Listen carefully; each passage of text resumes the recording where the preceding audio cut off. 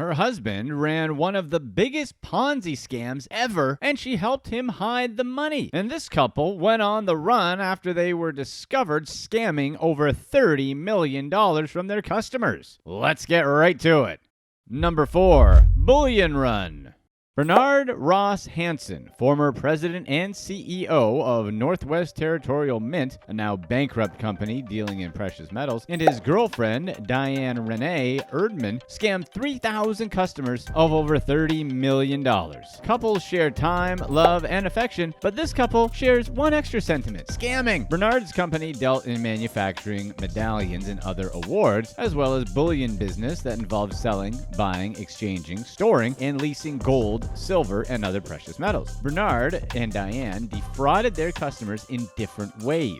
They lied about shipping times for bullion. They used their customers' money to expand their business to different states and take care of their personal expenses. Like a Ponzi scheme, their lies and customers kept building up, and the company kept sinking under the weight of unfulfilled orders. The couple used new customer money to pay off older customers and tried to keep everyone happy while making sure their pockets were heavily lined with cash. Of the almost 3,000 customers they had, 2,500 of them paid for orders or made bullion sales or exchanges that were either never fulfilled or never refunded. Bernard and Diane made over $25 million from this. Bernard and Diane also ran a storage business. Customers would pay the couple thousands of dollars to store their precious metals securely, and they would siphon the assets for their personal use. In 2016, investigators took inventory of the company's vaults and found nearly $5 million worth of precious metals belonging to over 50 customers was missing. Rather than keep customers' assets safe, Bernard turned the vault into a company piggy bank. He used the storage as his own, sometimes going as far as melting down customers' property to make something else and ship it off to another client. In 2016, the company declared bankruptcy. The victims of this elaborate Ponzi scheme weren't wealthy multimillionaires. They were ordinary people with plans and dreams. People who look forward to their retirement, who set up college funds for their kids, and who inherited a modest amount of wealth from their relatives. The scam took everything from these people and left them with no option but to work harder, longer, and in deep stress to get their lives back on track. After 2 days of deliberation, the jury convicted Bernard of 14 federal felony counts of mail and wire fraud. Each charge carries a potential sentence of up to 20 years in prison. The panel also convicted Diane, who doubled as Bernard's vault manager, of 13 felony counts. They were sentenced to 11 years and 5 years in prison, respectively. Just before their sentencing date, the couple attempted to flee. They were on the run for 11 days before the FBI caught them in Port Hadlock, Washington. When police found them, they had 3 loaded guns behind the car's driver's seat. Because they attempted to escape justice, the prosecutors increased the requested prison sentence for the couple. They also had to pay over $60 million in restitution. Number 3. Singh Singh. For over 6 years, Chander Singh and 4 Century 21 All-Stars 100 employees scammed their clients through investments that promised double-digit returns. Interestingly, these so-called employees also happen to be his parents, brother, and a close family friend who coincidentally bears the same surname, Singh. Chander Singh is a lawyer from Emerson who owns a distressed North Jersey real estate investment firm called SC Capital Investors LLC. He conspired with his parents, Saru Paul Singh and Savitri Joyce Singh, his brother Subhas Brian Singh, and their family friend Chadikra Basil Singh, all of whom work as real estate agents. Chadikra was a licensed real estate agent and the director of the Eastern Version Board of Realtors, a panel that oversees ethical complaints related to real estate. Since at least 2014, the 5 of them used Chander's company to gain access to people and convince them to invest in his Ponzi scheme by promising them astronomical returns. Their scheme went well until disgruntled investors started reporting them to the police for owing them money from various related real estate deals. After duping investors, Chander would attempt to cover his tracks by running the money through a network of banks. He often made deposits of less than $10,000 to avoid cash transaction reports. On November 10, 2020, the 5 of them were arrested and remanded at the Bergen County Jail pending their court appearances. In January 2020, Chander left New Jersey and fled to his relatives in Trinidad and Guyana, and even made inquiries about becoming an attorney in the West Indies while leaving his New Jersey investors with no clue about where their money was. He appeared to be on the road to starting a new life in South America. The investors would later complain that Chander was funneling money in and out of his attorney trust fund without paying his debts. Chander's lawyer claimed he didn't attempt to flee to escape justice, but left the country because he needed to get away for his mental health.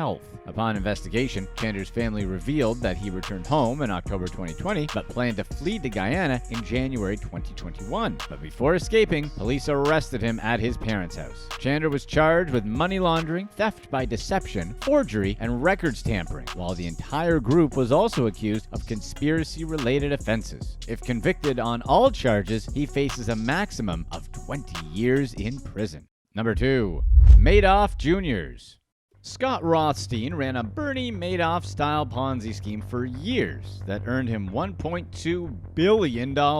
With this fortune cooling in his account, he would live a lavish lifestyle featuring politics, luxurious yachts, sports cars, women, and lots of gold. Scott grew up in a blue-collar community in the Bronx. Despite his humble background, he would build a successful career as a lawyer specializing in gender discrimination suits, eventually setting up his law firm, Rothstein, Rosenfeld, Alder. In its prime, the firm had over 70 lawyers on its payroll. Today, it no longer exists. Through his law firm, Scott got access to potential victims who he tried to convince to part with their money by selling shares in fake lawsuit settlement. He promised his investors they would reap the rewards when the cases were settled, and further perpetrated the scam by creating false bank documents and phony settlement agreements. Scott's wife, Kim, helped him keep their stolen money from his investors. As the authorities cracked the whip on her husband's organization, she tried to conceal and sell over $1 million worth of jewelry that investigators wanted to seize as part of the investigation. When the house of cards they had built came crashing down, Kim pleaded guilty to conspiracy and received a sentence of 18 months in prison. She filed a divorce subsequently. A typical Scott Rothstein scam started from a private elevator disguised as an ordinary door. He would take the potential victim up to his office, where he would then begin to lay out the plan. He had secured a lucrative pre-litigation settlement from a client's former employer, and the client needed money upfront to foot the legal fees, so the investor could purchase the settlement and reap the rewards when the case is settled. To ensure secrecy, Scott would warn the client not to disclose the details of the deal because the settling company could get wind of it and go to court to stop the payments. Scott sometimes went as far as scamming actual clients that hired his firm to file a lawsuit. Once, when he lost the suit and his clients had to pay $500,000 in reparations, he created fraudulent court papers that made his clients pay $57 million to him. Scott lived a life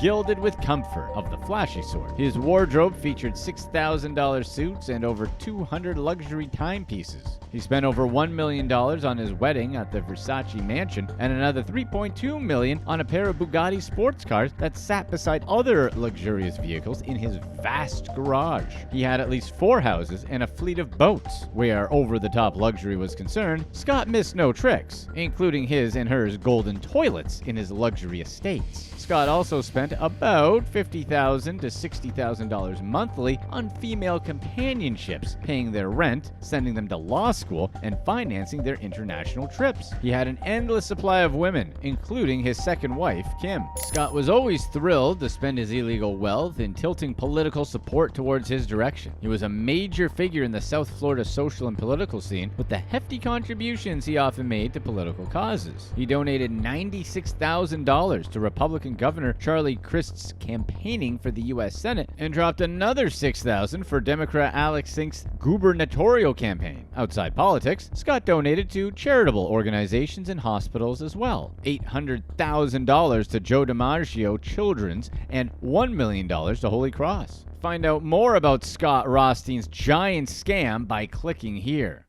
Number 1. Grandfathered in.